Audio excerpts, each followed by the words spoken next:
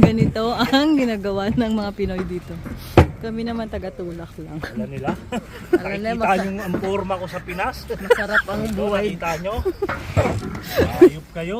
Tapos, uutangan nyo ko. Hindi nyo alam. Hello. Ano? Oh my God.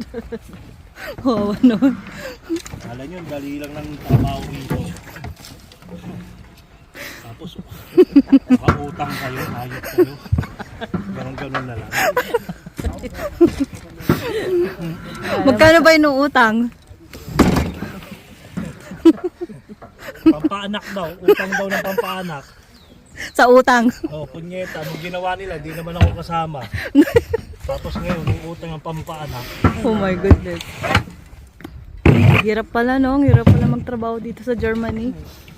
Alam nila, madali lang to.